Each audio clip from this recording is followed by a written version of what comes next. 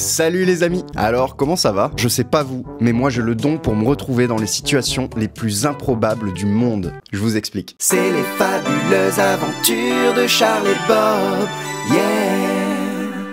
Donc il y a quelques jours, j'étais avec mon pote Shinze ici, on enregistre les voix pour son prochain album. On casse le seul pied de micro qui reste encore debout dans ce studio. On the river, oh, to the break.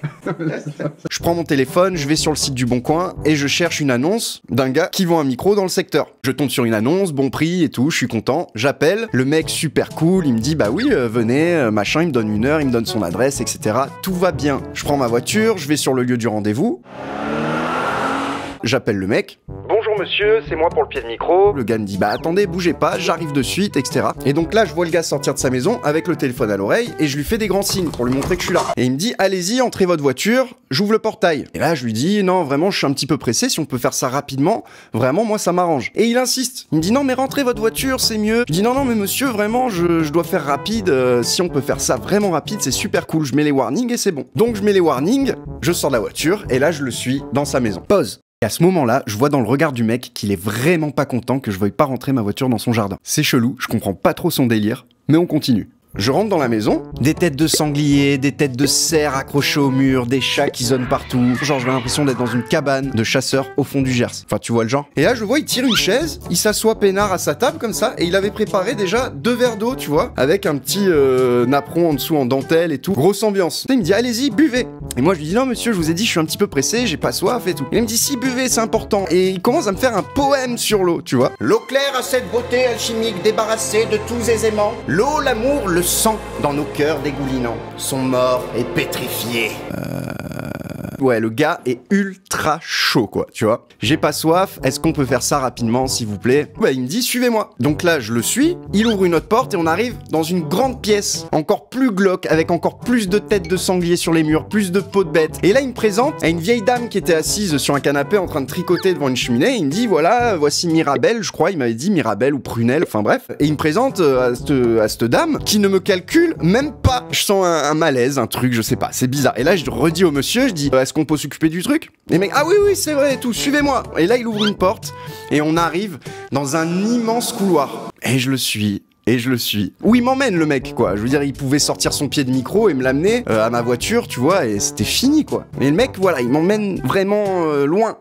Je sentais un malaise. Pour briser un petit peu la glace, donc je lui demande au monsieur, je lui dis alors, vous êtes musicien, vous êtes chanteur, etc. Je faisais du piano, j'étais dans un orchestre. Le mec trop cool, un peu décalé, mais trop cool. Et là, donc, on arrive devant une autre porte comme ça. Et il me dit, voilà, c'est là. Cool. Il ouvre la porte et là, choqué, qu'est-ce que je vois? Une salle de bain. Le mec a rangé son pied de micro dans une salle de bain. Pourquoi pas? Il me dit, allez-y, entrez, suivez-moi. Là, je commence un petit peu à m'inquiéter quand même, tu vois. Ma voiture, elle est là-bas, mon téléphone, je l'ai pas dans ma poche, il est dans ma voiture, je l'avais pas pris et tout. Je commence à me faire un petit film, tu vois. Donc je rentre, un petit peu inquiet comme ça, dans la salle de bain. Et je dis, mais il est là Il me dit, oui, il est là. Il est derrière cette porte. Il y a encore une porte au fond de la salle de bain. Il y a encore une porte. Donc il y va, suivez-moi, toujours. Il me dit, suivez-moi. Mais je reste un petit peu, je prends un peu de distance quand même, tu vois. Et le mec ouvre la porte comme ça. Et moi, je vois pas ce qu'il y a derrière cette porte. Il me fait des grands gestes comme ça. Voilà, il est là. Et il me regarde dans les yeux. Il est là. Donc bah je fais le tour comme ça pour voir ce qu'il y a derrière cette porte, donc je passe derrière lui et je regarde un petit peu comme ça, tu vois, du coin de l'œil. Et là, qu'est-ce que je vois? Un gros chiotte. Le mec était en train de me montrer ses toilettes. Et là, je comprends pas. Il voulait me faire rentrer dans ses toilettes. Il me dit, si, allez-y, entrez. Repose. Le mec insiste vraiment beaucoup pour que je rentre dans ses toilettes. Et là, je comprends vraiment pas le délire. Et là, il me prend le bras comme ça, tu vois, bien. Et là, je commence un peu à paniquer. Il me dit, allez-y, et Mirabelle vous apportera de l'eau de temps en temps.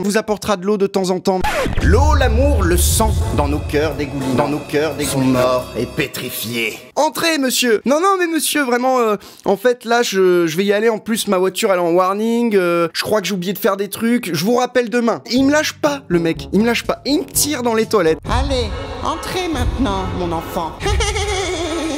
Et là, je me dis, ça y est. En fait, je vais me faire séquestrer, je vais me faire égorger. J'étais en panique. J'essaye de me débattre et tout. Non, mais monsieur, je vais y aller. Et il lâche pas comme ça, tu vois. Et là, en essayant de tirer, je glisse sur le carrelage et je me tape le genou sur le lavabo. Pah, tu vois, comme ça, je me fais mal. Et là, cette glissade, elle m'a mis un gros coup de pression, en fait. Allez, monsieur, au revoir, merci. Et je pars comme ça, tout en boitant, tu vois. Et là, le monsieur, il commence à se vénère, mais grave. Genre, la vénérade, truc de ouf, quoi.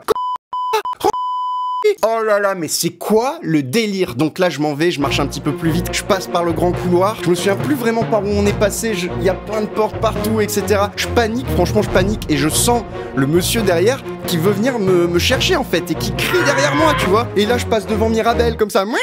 Je sors de la maison et je veux récupérer à tout prix, je veux aller dans ma voiture. J'ouvre le portail et j'arrive devant ma voiture et là je lève la tête. Et qu'est-ce que je vois? Je vois un mec tout sec comme ça, avec un pied de micro. Et il me dit: bonjour, c'est vous pour le pied de micro? Ouais. Ça fera 15 € s'il vous plaît. Je lui donne les 15 € comme ça. Merci monsieur, au revoir. Lui avait rien capté, hein, il était normal quoi, tu vois. Et moi j'étais choqué comme ça. J'entends toujours le monsieur derrière en train de gueuler dans sa maison. C'est quoi le délire? J'essaye de comprendre. Et là, à ce moment-là, je vois deux mecs qui arrivent en combinaison genre Ghostbusters avec deux mallettes, tu vois. Professionnel, les mecs arrivent et ils sonnent à la maison du gars. Et là j'entends: bonjour monsieur, désolé, on est un petit peu en retard, c'est SOS de bouche, on vient pour vos toilettes. Le mec m'avait pris pour son plombier en fait.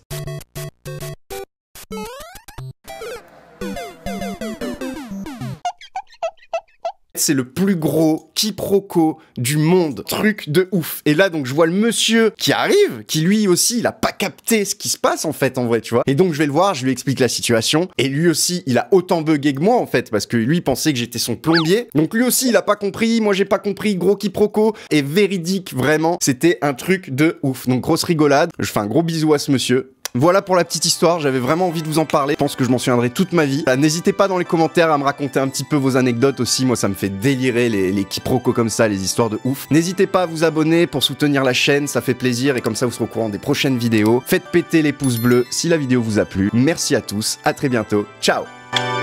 C'est les fabuleuses aventures de Charles et Bob, yeah.